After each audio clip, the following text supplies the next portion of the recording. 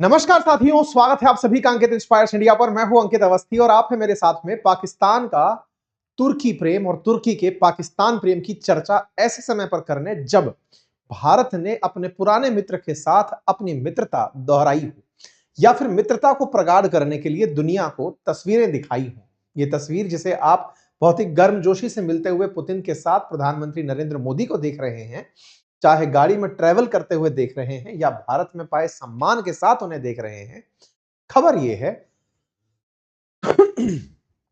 कि इसी न्यूज के साथ साथ पाकिस्तान में चर्चा चलने लगी कि भारत और रूस ने तो multi billion dollar deal sign कर ली है। ऐसे में पाकिस्तान क्या कर रहा है? हालांकि इस बात पर पाकिस्तान के लोग खूब ट्रोल भी हुए, लेकिन कुल मिलाकर भारत और रूस में जिस तरह की प्रगाढ़ता देखी, उससे पाकिस्तानी बड़े जले भुने घूम रहे थे। और इसी बीच में सुर्खी निकलती है कि पाकिस्तान को अपनी हवाई यात्रा कराने वाली सरकारी कंपनी पीआईए यानी पाकिस्तान इंटरनेशनल एयरलाइंस बेचनी पड़ रही है। पाकिस्तानी लगातार बेइज्जत हो रहे थे। बस इसी बेइज्जती में किसी ने एक खबर बाहर निकलवा दी और खबर यह थी कि तुर्की पाकिस्तान के साथ मिलकर के ड्रोन असेंबल करेगा और 5th जनरेशन फाइटर जेट बनाने में पाकिस्तान का साथ देगा। आज के सेशन में हम समझेंगे इस पूरी गणित को कि टर्की जो प्लान कर रहा है drone assembly plant in Pakistan, इस बात के मायने क्या हैं। पाकिस्तान और तुर्की के बीच में जिस तरह की मित्रता की किस्से आप सुनते हैं, उसका इतिहास क्या है या साथ ही साथ उसका वर्तमान में आज इंपैक्ट क्या है। इन दोनों तस्वीरों को, इन दोनों लोगों को साथ में देख करके जो बहुत ही बेसिक सा प्रश्न बनता है इस खबर के साथ में कि तुर्की आफ्टर ऑल पाकिस्तान से चाहता क्या है, दोनों में आफ्टर ऑल मित्रता क्यों है। एक लाइन में आंसर पहले ही कर देता हूं, फिर इसके इतिहास की चर्चा कभी फुर्सत में कर लेंगे। आंसर सिर्फ इतना सा समझ लीजिए कि पाकिस्तान को तुर्की के अंदर एक अपना संरक्षक नजर आता है। मुस्लिम वर्ल्ड के अंदर उसे यह लगता है कि तुर्की यूरोप के बहुत ज्यादा नजदीक है। चूंकि तुर्की नाटो कंट्री है, तो अमेरिका के साथ में पाकिस्तान के लिए तुर्की सिफारिश करने वाला देश बन जाता है। वहीं दूसरी तरफ तुर्की पाकिस्तान को क्यों चाहता है, उसका आंसर है कि तुर्की को पाकिस्तान जैसा क्रेजी बाजार चाहिए। तुर्की इन दिनों एक्सपोर्ट करने में हथियारों का इस्तेमाल कर रहा है। वो चाहता है कि कोई ऐसा पागल सनकी देश मिले जो सेना के अधीन रहता हो और ऐसे में वो रिश्वत के दम पर, धर्म के दम पर उन्हें हथियार बेच करके अपना बाजार बना सके। देखिए, पाकिस्तान के बाजार को जहां एक और चाइना ने पूरी तरह ऑक्यूपाई कर लिया है, वहीं दूसरी तरफ इसके सैन्य उपकरणों में तुर्की भी भांजी मार रहा है। जैसे भारत के केस में भारत रूस से मैक्सिमम अपने डिफेंस इक्विपमेंट खरीदता है, लेकिन उसमें दूसरा नंबर फ्रांस का भी आता है। तो फिर कभी कभी जो लिस्ट आती हैं उनमें अमेरिका भी दूसरे तीसरे नंबर पर पहुंचता दिखाई देता है। ठीक इसी तरह इजराइल भी भारत को डिफेंस इक्विपमेंट बेचता हुआ नजर आता है। ऐसे ही हर देश को जो हथियारों का एक्सपोर्ट कर रहे हैं, उन्हें खरीदारों की जरूरत है और तुर्की को पाकिस्तान में वो पोटेंशियल नजर आता है। आप में से कुछ लोग कहेंगे पाकिस्तान के तो सर हालात खुद के ही इतने खराब हैं। कितने भी खराब हों, उनकी सेना को हमेशा फंड मिलता रहेगा। यही सेना और सरकार का गठबंधन है। बस उसी गठबंधन में ये लोग आपस में मिलते दिखाई देते हैं। आज जिस चीज की हम चर्चा कर रहे हैं उसमें इनका निजी स्वार्थ और इनका निजी स्वार्थ दोनों का डिकोड किया जाएगा। बताया जाएगा इससे भारत पर क्या असर पड़ेगा, क्योंकि सुर्खियां चल रही हैं ब्लूमबर्ग में सूत्रों के हवाले से कि पाकिस्तान के अंदर ड्रोन असेंबली का प्लांट लगाने के बारे में विचार कर रहा है तुर्की। एक तरह से कहिए तो सारा इंस्ट्रूमेंट आएगा पाकिस्तान में तुर्की से ही, लेकिन उसे असेंबल करके पाकिस्तानियों को भी मेक इन पाकिस्तान का फील दे दिया जाएगा। आपके दिमाग में प्रश्न आएगा, ये ड्रोन की क्या कहानी है? देखिए, आपको हाल ही में गया ऑपरेशन सिंदूर याद होगा। भारत ने खुद अंतरराष्ट्रीय स्तर पर यह बात बोली कि पाकिस्तान की तरफ से चलाए गए ड्रोन्स में कुछ तुर्की के द्वारा बने हुए ड्रोन्स भी शामिल थे। भारत ये क्लेम कर चुका है। आपको याद होगा हाल ही के दिनों में जितने भी युद्ध आपने इंटरनेशनली होते देखे हैं, चाहे रशिया यूक्रेन देखा हो, चाहे इजराइल और ईरान के बीच संघर्ष हो, या फिर गाजा और इजराइल के बीच हो, या भारत पाकिस्तान के बीच में, इन सभी में अचानक एक नए प्रकार के वेपन की सुर्खी बहुत तेजी से आई, जिसका नाम ड्रोन है। ड्रोन असल में अनमैन्ड एरियल व्हीकल है, यानी एक ऐसा हवाई जहाज जिसमें इंसान अंदर नहीं बैठता, यानी पायलट नहीं बैठता, और वो खुद उड़ रहा है, उड़ाने वाला नीचे से रिमोट से उसे उड़ा रहा है, या प्री डिसाइडेड लोकेशंस पहले से उसमें सेट हैं ताकि वो उड़ सके। उसके अंदर बैटरी है, उसमें रडार सिस्टम है, उसमें सब कुछ है, और वो अपने डेस्टिनेशन पर जाकर वार कर रहा है। ये ड्रोन का करतब और कारनामा हाल ही के समय में डिफेंस के अंदर एक बहुत तेजी से बढ़ता हुआ बाजार बनकर आया है। हाल ही के समय में आपने जब देखा हो कि डिफेंस इक्विपमेंट के अंदर 2022 से ड्रोन ने अपना एक अलग बाजार बना लिया है, क्योंकि कहीं ना कहीं फाइटर जेट्स बहुत महंगे हो गए हैं।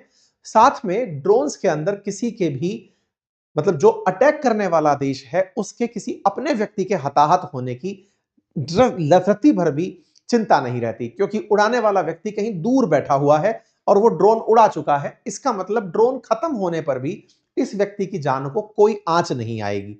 कुल जमा अर्थ यह है कि ड्रोन पूरी तरह से किफायती, साथ ही साथ जान बचाने वाला है। बस इसी टेक्नोलॉजी के चलते ड्रोन के बाजार ने बहुत तेजी से अपने आप को अपनाया। अब यहां पर एक इंटरेस्टिंग किस्से हैं जो कि आप ऐड कर सकते हैं। कासिम सुलेमानी का मरना, जो कि एक ड्रोन अटैक से संभव हुआ था। कासिम सुलेमानी को यूएस ने इसी तरह से ईरान का जो जनरल था उसको मारने के बारे में पता चला कि ड्रोन का उपयोग किया गया, जिसके चलते ईरान और अमेरिका में काफी ज्यादा ठनी। इसी तरह से एक ये अयमान अल जवाहिरी करके जो अब बहुत ज्यादा मोस्ट वांटेड अमेरिका का मोस्ट वांटेड टेररिस्ट था, उसको भी बिल्कुल ड्रोन से ही मारा गया था। यूएस ने एयर स्ट्राइक से मारा था। कुल मिलाकर के दुनिया भर में बहुत सारे ऐसे टारगेट्स ड्रोन्स ने हिट किए, जिसके चलते लोगों को ये टेक्नोलॉजी बहुत ही खास लगने लगी। लगे भी क्यों ना, आप अगर थोड़ा सा भी इस पर मतलब और ज्यादा विचार करेंगे तो आप क्या पाएंगे कि जब किसी को मिसाइल चलानी होती है तो हवाई जहाज उड़ा करके मिसाइल उड़ानी होती है। मिसाइलों के अंदर ही अगर ये गाइडेड सिस्टम लग जाए तो वो टारगेट तक उड़ करके पहुंच जाएंगी।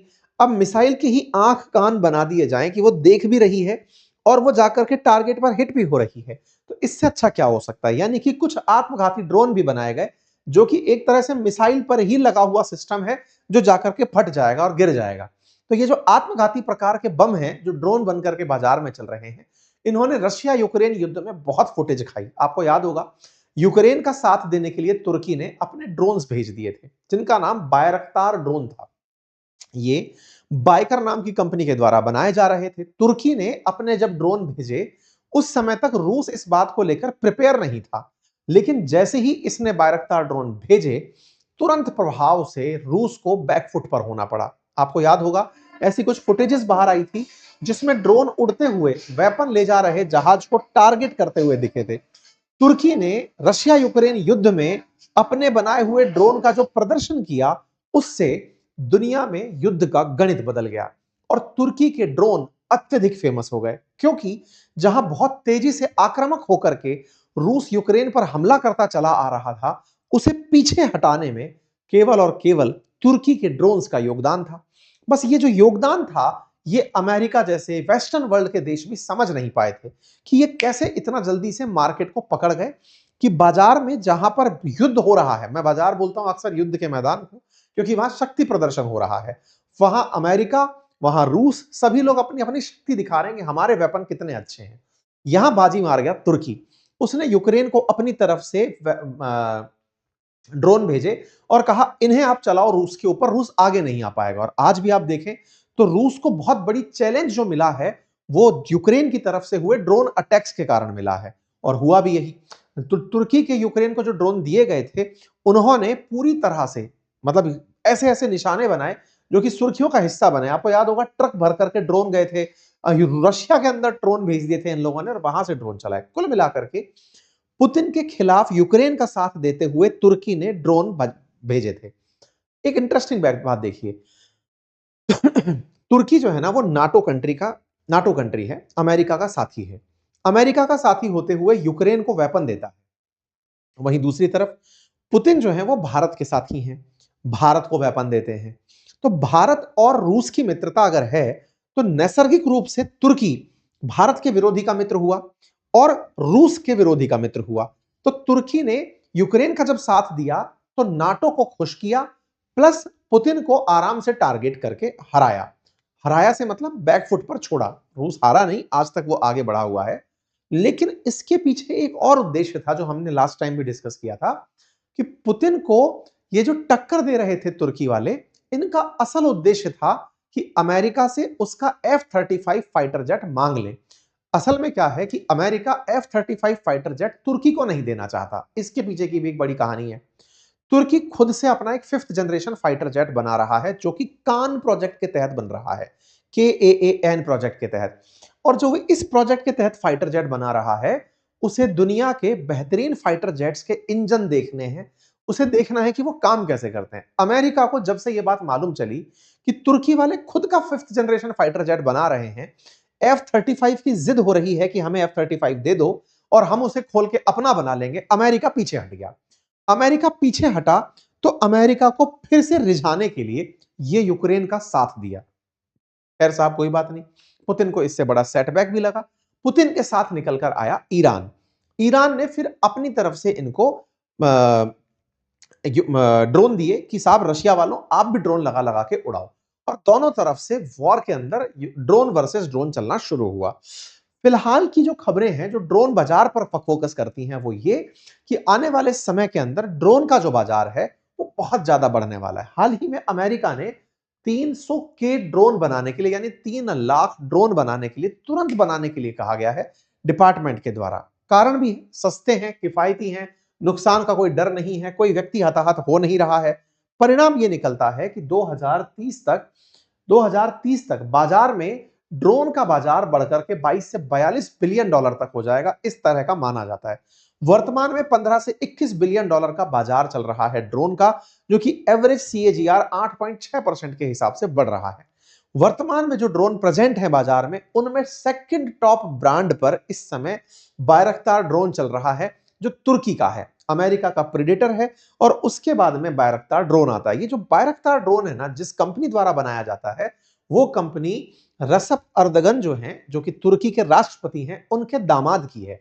और उनके दामाद की जो कंपनी है, उसे प्रमोट करने के लिए अर्दगन जिन भी देशों में जाते हैं, इस ड्रोन को प्रमोट करके चले आते हैं। परिणाम यह निकला कि तुर्की का जो एक्सपोर्ट है डिफेंस के क्षेत्र में, उसमें बहुत तेजी से इजाफा हुआ, क्योंकि यूक्रेन युद्ध में जिस तरह का प्रदर्शन इसने किया, लोगों ने इसमें इंटरेस्ट शो कर दिया।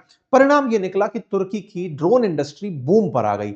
आप इससे अंदाजा लगाइए, 7.1 बिलियन डॉलर के इन लोगों ने हथियार एक्सपोर्ट कर डाले, जहां 10 साल पहले ये 2 बिलियन डॉलर के आसपास चल रहे थे।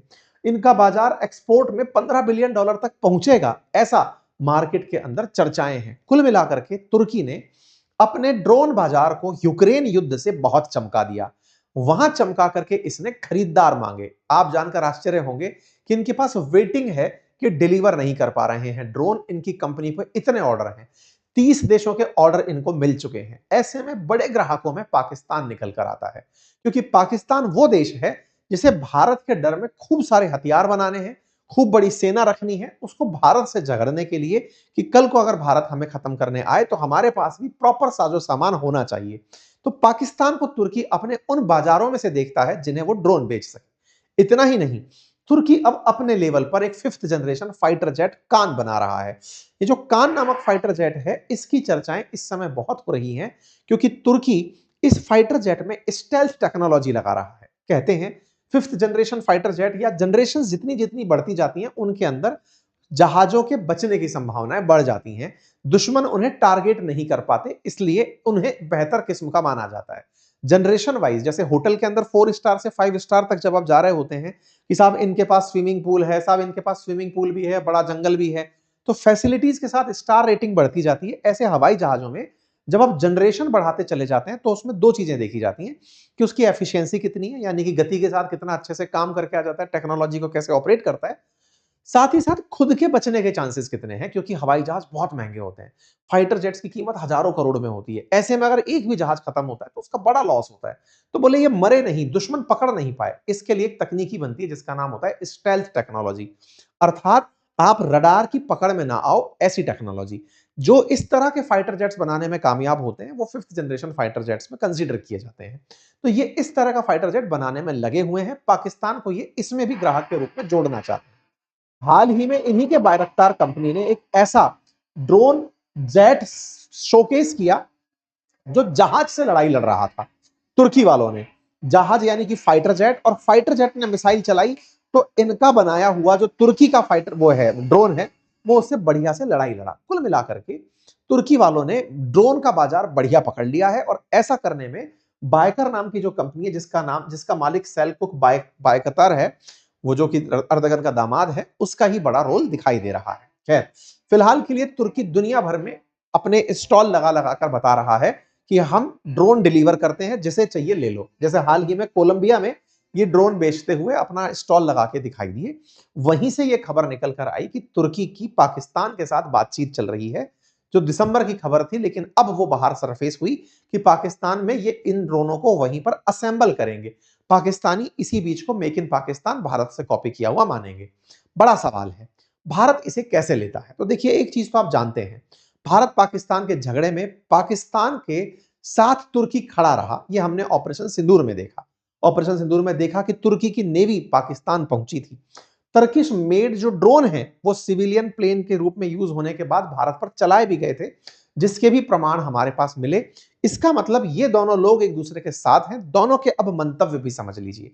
इनका मंतव्य है कि इनके दामाद का व्यापार बढ़े, जिससे इनके पास पैसा आए तो ये सत्ता में जुड़े रह जाएं, लंबे समय से सत्ता में आगे कंटिन्यू कर जाएं। इनके साथ क्या उद्देश्य है कि सेना इनके लिए इनके साथ चले, क्योंकि नवाज शरीफ जो इनके भगोड़े भाई हैं, जो लंदन में चले गए, उन्होंने इनको शिक्षा दी है कि सेना अगर आपसे खिलाफत में चली गई, जैसे मुशर्रफ चले गए थे नवाज शरीफ के खिलाफ, तो नवाज शरीफ को भागना पड़ा था।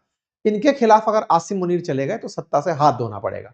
तो ये आसिम मुनीर को मनाए रखने के लिए कि तुम बढ़िया पैसा खा लो, कोई दिक्कत नहीं है, आसिम मुनीर को मनाए रखने के लिए तुर्की से डिफेंस डील में लगे हुए हैं। दोनों के अपने उद्देश्य हैं। कुल मिलाकर के ड्रोन से ये अपने आप को भविष्य के लिए भारत के सामने खड़ा होते हुए देखना चाहते हैं। क्या भारत को इससे चिंता करने की आवश्यकता है? देखिए, जब भी युद्ध होगा तो निश्चित ही युद्ध के अंदर हर व्यक्ति को अपने साहस का, शौर्य का, अपनी कुशलता का प्रदर्शन करने का अधिकार है। हम भी चाहते हैं कि पाकिस्तान जब हमारे सामने हो तो प्रॉपर ताकत के साथ खड़ा हो, ताकि हमारे अंदर गिल्ट ना आए कि किसको मार दिया। क्योंकि हम अपने बहुत से पड़ोसियों पर इसीलिए भी गोलीबारी नहीं करते, क्योंकि नहीं, मत मत मारो, चींटी को पैसेरी से नहीं मारते। ठीक है, पाकिस्तान को अगर ऐसा लगता है कि वो इस तरह के वेपन्स के साथ हमसे युद्ध करना चाहता है, बढ़िया करे, क्योंकि युद्ध कौशल जो है वो उस समय दिखाए गए प्रदर्शन का होता है, उस समय दिखाई गई कुशलता का होता है, जो भारतीयों के पास यहां पर है। इन सब के साथ साथ ये तो एक मोटिवेशनल वाली लाइन हुई, उसके अलावा भी भारत के पास बढ़िया मात्रा में अपने 5th जनरेशन फाइटर जेट की तैयारी चल रही है। हम लोग एएमसीए प्रोजेक्ट में हैं ऑलरेडी, थोड़ा सा हम इसमें धीरे चल रहे हैं, लेकिन हाँ, भारत सरकार अब 5th जनरेशन फाइटर जेट खुद बना रही है। साथ ही साथ F-16 भारत के पास में, F-16 जैसा सुखोई जो है, सुखोई 30 वो भारत के पास है, F-16 नहीं है। राफेल हमारे पास है और हमें निश्चित ही जरूरत है, और हम उस जरूरत की पूर्ति के लिए अपने स्केल पर तेजस जो कि 4.5 जनरेशन का है उसका प्रोडक्शन कर रहे हैं, राफेल को और प्रोक्योर कर रहे हैं, और हम अपने स्तर पर आने वाले समय में 5th जनरेशन फाइटर जेट खुद के स्तर पर बनाने की तैयारी कर रहे हैं। कुल मिलाकर, लेकिन एक चीज जो बहुत अच्छे से स्पष्ट है वो ये कि पाकिस्तान के साथ में तुर्की और चाइना जिस तरह से खड़े हुए हैं, फिर चाहे वो पाकिस्तान को बाजार मान के ही खड़े हों, ये भारत के लिए अवश्य सोचने का विषय होना चाहिए। क्योंकि भारत भी तुर्की के स्थान पर चाहे रूस से सामान खरीदता हो, वो हमारे साथ में वैसे नहीं है जैसे इनके साथ में तुर्की और चाइना खड़े हैं। वैसे नहीं है से क्या मतलब है कि पाकिस्तान के साथ जैसे तुर्की बोल करके साथ में आ गया था कि चलो मैं युद्ध करूंगा या तुम्हारे लिए सहायता करूंगा, तुम्हें आवश्यकता है, ऐसे हमारे साथ कोई भी देश आकर नहीं खड़ा हुआ। इसके अपने मायने हो सकते हैं, और उनमें सबसे बड़ा मायना यह भी है कि आज भारत दुनिया की तीसरी बड़ी इकोनॉमी बनने जा रहा है, लेकिन वो दुनिया में किसी भी देश के विषय पर हमेशा शांति की ही अपील करता है। रशिया यूक्रेन के मामले में भी हम अपने दोस्त रूस के साथ शांति की बात करते रहे, पीस डिप्लोमेसी डायलॉग की बात करते रहे, उनसे यह नहीं कहा कि हम आपके साथ खड़े हैं। तो भारत कभी किसी भी देश के केस में पार्टी नहीं बना, तो कोई हमारे साथ पार्टी नहीं बना। लेकिन पाकिस्तान स्पष्ट तरीके से अपना पक्ष चुनता है कि हम इसके साथ हैं और इसके खिलाफ हैं, हम इसराइल के खिलाफ हैं, हम फिलिस्तीन के साथ हैं, हम अजरबैजान के साथ हैं, आर्मेनिया के खिलाफ हैं। भारत कभी भी अपने विस्तृत क्षेत्र को देखते हुए, बड़ी आबादी को देखते हुए इस नीति पर नहीं चला, और उसने विश्व को वसुधैव कुटुंबकम के रूप में लिया, जिसके अपने फायदे भी हैं, जिसकी वजह से आज समस्त भारत के बहुत से लोग दुनिया के लगभग हर देश में देखे जा सकते हैं। उसके नुकसान भी हैं कि युद्ध के समय पर कोई भी एक देश को आप पिन पॉइंट नहीं कर पाते कि ये हमारे साथ है और ये हमारे खिलाफ है। बाकी आप लोग इस विषय पर क्या सोचते हैं, अपनी राय जरूर दीजिएगा। फिलहाल के लिए इतना ही। कल रविवार वार्ता में मुलाकात होगी आपसे इसी चैनल पर, लाइव चर्चा होगी आपके सवाल और हमारे जवाब के रूप में। हमारी पुस्तकें अपनी पाठशाला एप्लीकेशन पर उपलब्ध हैं, जिसमें एसएससी के लिए हमने ऑल इन वन एक बहुत ही शानदार किताब निकाली है हिंदी मीडियम में, आप उसे जाकर ले सकते हैं। हमारी टीम से जुड़ने के लिए आवेदन की प्रक्रिया जारी है। हमारे एप्लीकेशंस पर हमारे कोर्सेज उपलब्ध हैं, पुस्तकें उपलब्ध हैं, आप उन्हें एक्सेस कर सकते हैं। थैंक यू सो मच, अपना ख्याल रखें।